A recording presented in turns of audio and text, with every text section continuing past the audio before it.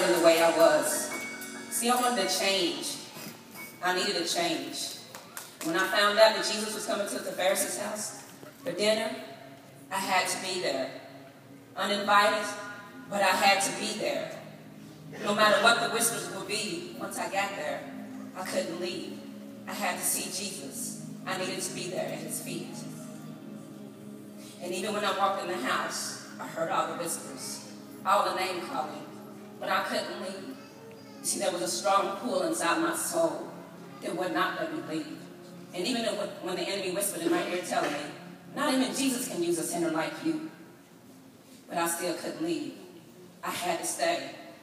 And when I saw Jesus sit at the table, I walked behind him, and I stood at his feet, weeping.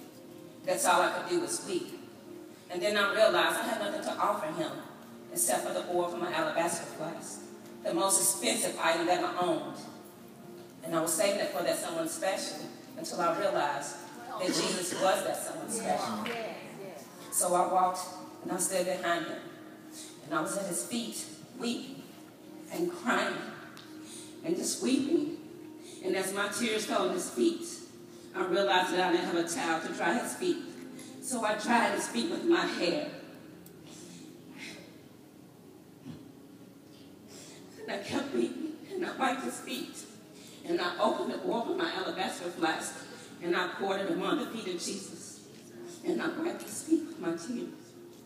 And when the Pharisees saw this, they wanted to throw me out. But Jesus wouldn't let them. He told them that she treated me better than any of the Pharisees in their own homes. And he turned to me and said, your sins have been forgiven.